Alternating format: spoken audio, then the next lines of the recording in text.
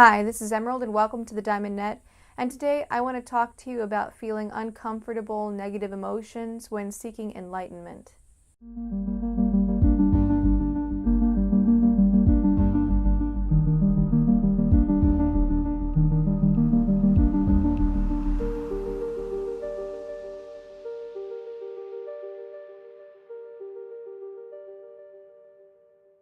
Alright, so I want to talk to you about feeling uncomfortable emotions or feeling depressed, confused, anxious, angry, any of that while you're seeking enlightenment. For me personally, I've been seeking enlightenment ultimately for really actually 7 years now, but consciously for the past year and a half, knowing that it was enlightenment and actually being on the right track and doing the proper kind of exercises to get myself there. So with these exercises, they're sort of deconstructive in nature, and so you're basically trying to get rid of your attachments. And in doing that, I've been experiencing some depression lately, particularly.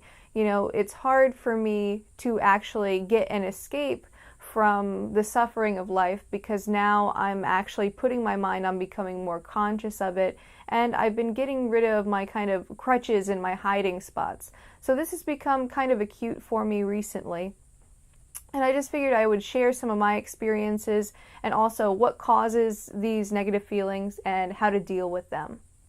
And I think for me, the primary cause of my depression, my anxiety recently is just because ultimately I have structured my life throughout my entire life around success and around being significant in some way and trying to make it somehow, or being a particular type of person to add value to myself. And even though I've seen now for many years that that's an illusion, you can never really add any more value to yourself in any absolute sense. Maybe socially you could do that, but in the existential sense, that's really nonsensical, because you can you're important because you are, and you're not important because of the things that you do. So in order to feel significant or to feel as though I've added value to myself, I used to have many activities that I could engage in which would occupy a great deal of my time. So I would be like, oh, let me try and gain success in my schoolwork. And so throughout school it was always, let's try to get A's, let's try to do this. Or like in my social life, oh, I can set some goal here and then I become more valuable socially. Or, you know, I just have all these little plans that I could distract myself away from. And now, you know, it becomes quite clear to me that anything I do externally is not going to ultimately bring me any kind of deep satisfaction like I'm seeking.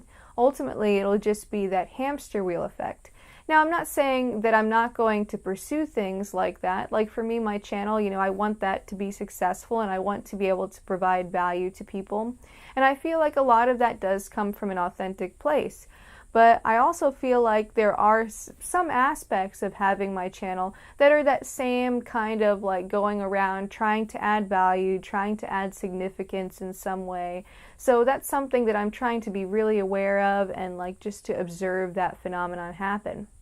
So some other things that I've used to distract myself could be like things like, oh, I'm going to go out of the house, or I'm going to go to get a coffee, or I'm going to go and eat something, or maybe I'll take a nap, or, well, I don't get that very often because I have kids, or, you know, some other activity that I could do, or I could go on the internet. You know, those are like the more frivolous kind of like leisurely activities that I would do to sort of distract myself from the emptiness, you know, and the emptiness is really what I want to be experiencing. But there's so many things inside of me that says, oh, stay away from that, resist that. Things have to have meaning. And so there's always this subtle thought process going on that I can notice, and it's very subtle, just always trying to construct meaning out of what's going on in reality so that I feel like I've won, or that I'm important in some way, or that I stand out or am exceptional in some way above others. And you know, that's like kind of like the big ego talking, you know, it's like wanting to be more successful than other people, or wanting to be more attractive than other people, or wanting to have something more than other people have so that I stand out. And I know that deep down this comes from just wanting to feel significant in some way, because the reality of the matter is that significance is an illusion. That is just a measuring tool in the human mind for determining what's important to us and what's not. But reality isn't beholden to that measuring tool. And so ultimately, I'm having to constantly create this illusion of significance in order to feel just baseline okay. So I think that that's really the thing that's causing my depression as of recently, especially. But relative to the actual seeking of enlightenment, there are also some things that have come up for me on the personal level that I think could be shared for other people seeking enlightenment in general. So one thing that I have a tendency to do is that I've always been a very cerebral person, and I've always had a tendency to sort of live inside of my head because that's what's always been safe, and it's always been something that I've been fairly good at. I never had any issues with being able to figure things out or anything like that. So my tendency is to stay up in my head where it is safe. And so a lot of times I catch myself approaching enlightenment work in the same way, where I'm trying to sort of wrap my mind around what enlightenment is, or sort of make it make sense in some way, or to understand it. And the problem there is that enlightenment does not work that way. You could think and think and think, and you can never think your way to enlightenment. Enlightenment is something that you realize that you already are, and it's about experiencing. So the mind is never where you're going to find your enlightenment. Also, on top of that, because of the pattern that I had mentioned before about me wanting to be significant, I have to create standards in order to determine what's significant or not. So this was something that I was always engaging in unconsciously when I was a teenager. So I would say, being a hardworking person, yeah, that's like the most important trait for a person to have. And so because I'm hardworking, oh look, I'm more hardworking than anybody else. And so like I'm competing in a game against people who don't even know they're playing the game. Maybe they value something else other than hard work. But because I was like, oh, I value hard work, therefore I can make myself the most hardworking and be a more valuable person. Or let's say if I valued creativity above other things, and then I make myself the most creative person because I work on myself in that way, and then I start to judge people like, oh yeah, I'm more creative, but yet again, other people don't know that I'm playing that game with them. They could be playing the same game with me, like, oh, I'm a better car mechanic, so I'm better, or I'm the most practical, so I'm better. So this game can be played where you're having to sort of take a cherry pick a bunch of traits from reality out of the infinite amount of traits in reality, and then say, oh, these are the ones that are the most important. And then you make yourself good at them, and then you can start to think, oh, well, maybe in some ways I am maybe the most important person. And I think that this is a really common human phenomenon. And I think that this personally stands in the way of me seeking enlightenment because automatically there's a certain degree of dogma that has to come along with that. There's a certain degree to which I have to draw blacks and whites in order to just feel baseline okay with myself.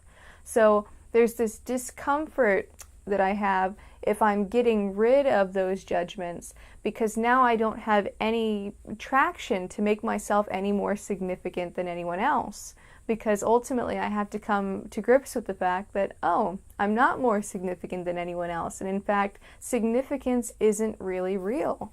So I've essentially been chasing a carrot that doesn't even exist. All right, so now that I've talked a little bit about things on a personal level, I want to talk about like seeking enlightenment generally, doing the consciousness work and the deconstructing, what it's a lot like. So think about reality, living under the ego consciousness paradigm as like standing on a bed of nails or laying down on a bed of nails.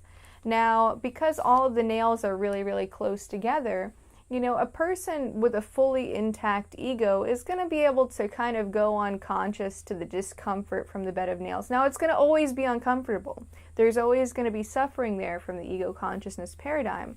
But it's going to be a manageable suffering where you're not really too aware. You can kind of forget maybe that you're on a bed of nails because it's basically they're so close together that they don't poke you that hard. Now, when you start to do consciousness work and you start to deconstruct your beliefs and your attachments, that's kind of like removing nails from that board, and they're removed for good. And once the board is gone, then you don't have to have the suffering of living your life on a bed of nails. But in the meantime, you're pulling out these little nails, these little attachments that you have, and with that, your weight gets dispersed less evenly. And so there's a lot of discomfort in doing enlightenment work. And you'll get all kinds of different emotions coming up that might be negative, like you might have to look at some of your shadows. You might have to get rid of your most cherished meanings or your most cherished ideals. And it's going to be kind of uncomfortable. You might even have urges just jump up like depression or anxiety. You might even get suicidal thoughts. These things are not uncommon to come up when you're seeking enlightenment, because it is such a destructive process. And in fact, I've heard it called the death of 1,000 cuts somewhere. If you're not familiar with the death of 1,000 cuts is basically where it's an ancient torture practice where you basically start at the fingers and you just start cutting up and up and up and up, and you know, it's death in the most painful way possible. And so psychologically, that's kind of what you're doing with enlightenment work. You're removing attachment by attachment by attachment. Now, the pain and the suffering, that's an illusion. You don't have to suffer through this. But chances are, if you're coming from the ego consciousness paradigm, you're going to suffer a bit. Another reason for depression and other uncomfortable emotions to come up when seeking enlightenment, generally speaking, is because if you try to understand enlightenment intellectually, which is really the only way you can even come to think about enlightenment from the ego consciousness paradigm, because that ego is so thick, and you really have to have a glimpse or an experience of enlightenment to really know it. And I'm very, very fortunate to have had that many years ago, so I kind of have this perspective where I can look at that and say, oh, that glimpse that I had, that's what I'm doing all this for, because it's the most amazing feeling. It's complete detachment, and you get to just be, and I mean, words don't really express, but a really beautiful experience in general. Most beautiful experiences of my life happened 2 times. So I'm very, very lucky to be able to look back on that experience and remember that that's what I'm going for. But if you listen logically to the concepts espoused when people talk about enlightenment, ideas like emptiness and not having a self, or meaningless, emptiness of nature, nothing has any significance or value, that might cause you to actually get depressed, because when you think about that from the ego consciousness paradigm, all you know is your measurements of reality, and you measure them in value and in significance and in mattering.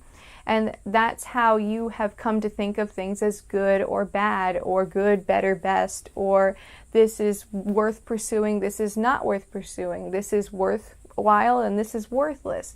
And so we're used to thinking about things very dualistically in that way. And so because that's how we measure society, when we think, oh, the world is empty of meaning and nothing matters, we think, oh, well, that means everything's bad and negative, and that's cause for me to be depressed. But what you have to understand is that all of those measurements that you were using in the first place are not real. They're illusions. They're just tools that the human mind uses to interface with reality. So if you're hearing those concepts and you're thinking like, ooh, I don't want to come face to face with emptiness or accept that there's no self, or maybe there's even a denial that there's no self, that there's definitely a self in here, like a kind of a clinging to what you've always known, the reason why is because you're approaching enlightenment on an intellectual level, and the intellect cannot understand enlightenment. I mean, it can't really place it anywhere. It has to be experienced itself. Enlightenment is kind of like trying to explain the color blue to somebody who has been blind their entire life. You know, you can maybe try to relate it to some other sensory experience, like, oh, blue is a cool color, and then, you know, they could relate it back to that, but there's only really so much you can do. It just does not translate. And the realization of enlightenment is the same way. You could hear these concepts and understand them intellectually, but it doesn't really make a difference. It's not going to help you to realize enlightenment. It's just possibly even going to create more dogma for you to base beliefs around.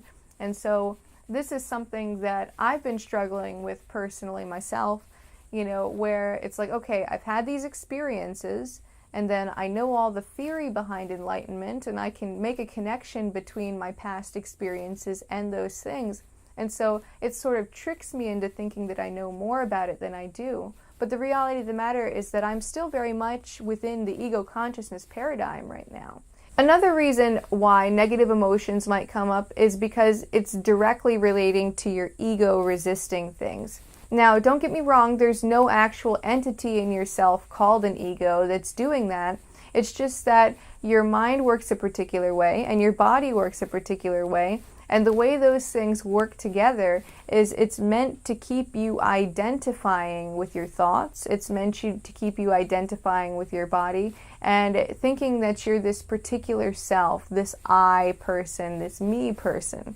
So it's designed to do that. So enlightenment is basically deconstructing that illusion. And the mind and the body will both react against that. And it will send you thoughts and it will send you emotions to deter you off track.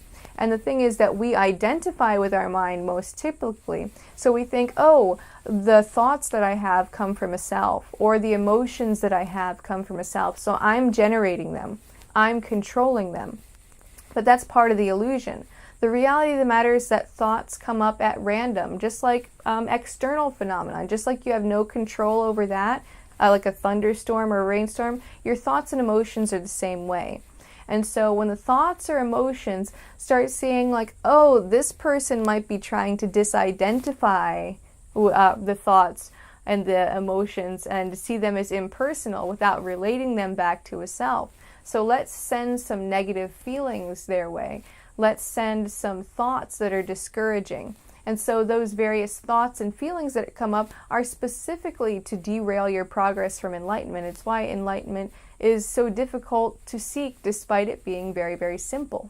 So I think a really good analogy for this would be a scene out of the 1986 movie The Labyrinth.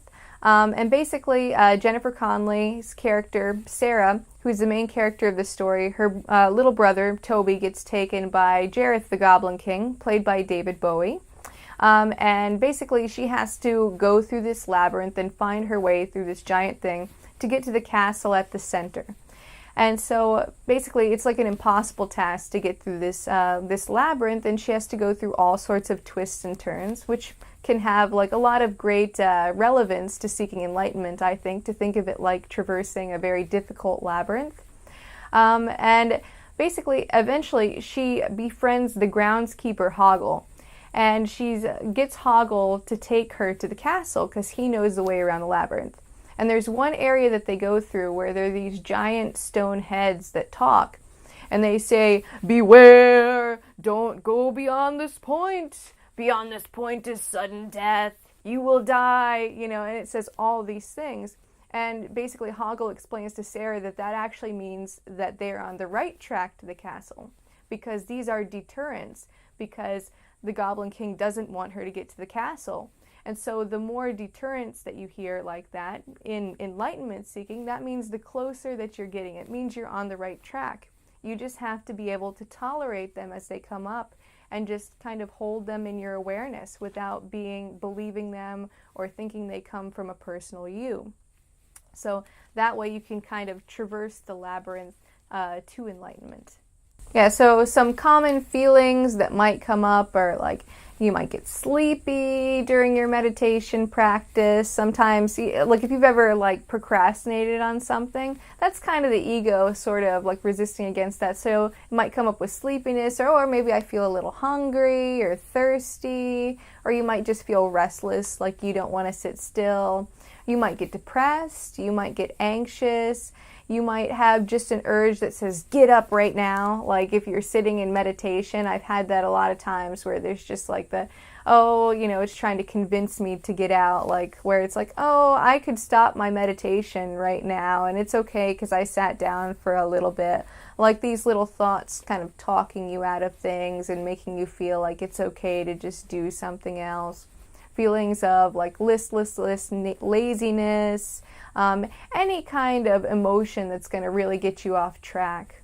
some thoughts that might come up are like, oh, am I even meditating right now? Oh gosh, I hope meditation isn't pointless. What if enlightenment doesn't even exist and like, I'm just putting forth all of this effort for nothing? Or what if I'm already enlightened and it just sucks? And like, or what if I become enlightened and I don't notice it and then it's like not all it's cracked up to be? Or just any thought that's like just meant to derail your focus. Think about all of those thoughts and those urges, and those all come from the ego. Those are all defense mechanisms for the ego trying to protect itself, sending thoughts, sending emotions to keep you identified with them and to make you think that there's a self thinking them and believing them. So you don't have to believe those thoughts, and you don't have to listen to those urges. You don't have to do what the emotions tell you to do.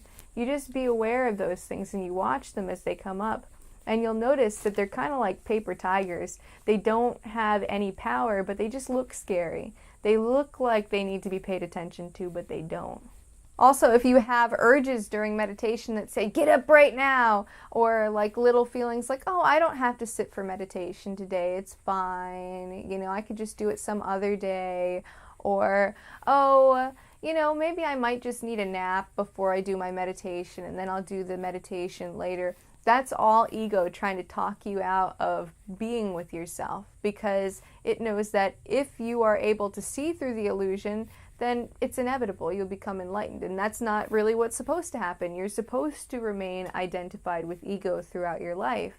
But if you want to, you can kind of get around that and you can live a life free of suffering and, be able to really make wise decisions in every situation. And basically it'll be a lot of an easier way to go than to live identified with ego. So just take heart, if you feel negatively in any way while you're seeking enlightenment, just understand that that's completely normal and natural. And it's not any kind of sign that you're on the wrong track. In fact, it's a sign that you're on the right track, just like Sarah with the talking heads during the labyrinth. It's just a sign that maybe you've broken through some barriers in your own mind, and now things are just getting a little bit uncomfortable. So with that discomfort, don't do any action from that sense of discomfort. Just focus on that as a neutral emotion or as a neutral thought. Let it be there and just continue on with what you're doing and just hold space for that discomfort. And seeking enlightenment doesn't have to be an experience of suffering, but oftentimes it is, and just feel okay with letting yourself be a little bit human. Let yourself make mistakes. Let yourself feel negatively, because those are natural feelings that come up, just as a product of the mind-body complex. Alright, so that's all I have for you today. I hope that you enjoyed this video. If you did, go ahead, click the like button and subscribe. Also, if you're interested in more videos about enlightenment, I got plenty more coming up. I'm seeking enlightenment personally, so you'll find a lot of more personal insights woven in there from me as time goes on. I also have kind of a bit of an interest in more of what I would want to call breadth spirituality, where I look into archetypes and astral projection, things like that. So those things are of interest to me. I do make a distinction between enlightenment and those things, because those are very different things. But those are pretty interesting for me too, and I'll be going over various spiritual maps and just various things about human psychology that interest me personally and might be helpful to you. So if that's of interest to you, you should definitely subscribe to this channel. I'm going to try to get on a schedule of posting once per week. I'm trying to go through a series of channel improvements right now, so you'll be seeing those as time goes on. But other than that, that's all I have, and until next time, keep becoming more you.